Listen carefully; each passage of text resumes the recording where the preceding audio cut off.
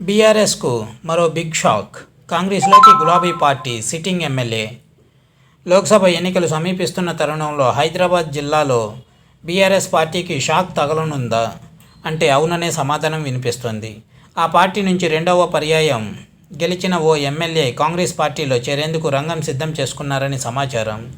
ఇందులో భాగంగా ఆదివారం ఎమ్మెల్యే క్వార్టర్స్లోని తన నివాసంలో ముఖ్య అనుచరులతో అత్యవసర సమావేశం నిర్వహించి పార్టీ మార్పు గురించి వారితో చర్చించి తనతో కలిసి రావాలని కోరినట్లు తెలిసింది.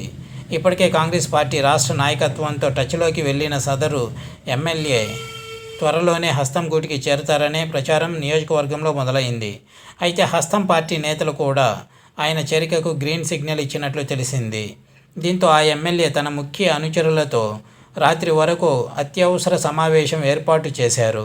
అయితే కాంగ్రెస్ పార్టీలో చేరేంత వరకు విషయం బయటకు పొక్కనీయొద్దని, ముఖ్యంగా బీఆర్ఎస్ పార్టీ అధిష్టానానికి తెలియకుండా జాగ్రత్తలు తీసుకోవాలని ఆయన తనతో కలిసి వచ్చే వారికి విజ్ఞప్తి చేసినట్లు తెలిసింది.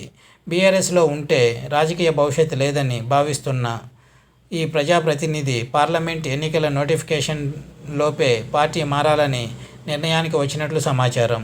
హైదరాబాద్ జిల్లాలో ఉన్న 15 నియోజకవర్గాలలో ప్రస్తుతం 7 ఎంఐఎం, 1 బీజేపీ, 7 బీఆర్ఎస్ ఎమ్మెల్యేలు ఉన్నారు. రాష్ట్రంలో కాంగ్రెస్ పార్టీ అధికారంలోకి వచ్చిన నాటి నుంచి జిల్లాకు చెందిన బీఆర్ఎస్ ఎమ్మెల్యేలు పార్టీ మారుతారనే ప్రచారం జరుగుతోంది. తాజాగా పార్టీ మారేందుకు నిర్ణయం తీసుకున్న ఎమ్మెల్యే బాటలోనే త్వరలోనే మరి కొందరు ఉంటారనే ప్రచారం జోరందుకుంది. దీంతో పార్లమెంట్ ఎన్నికల్లోపు జిల్లాలో రాజకీయ సమీకరణాలు మారే పరిస్థితులు కనపడుతున్నాయి. ఇది తెలంగాణలో ప్రతిపక్షంలో నుంచి అధికార పక్షంలోకి వస్తున్న ఎమ్మెల్యేలు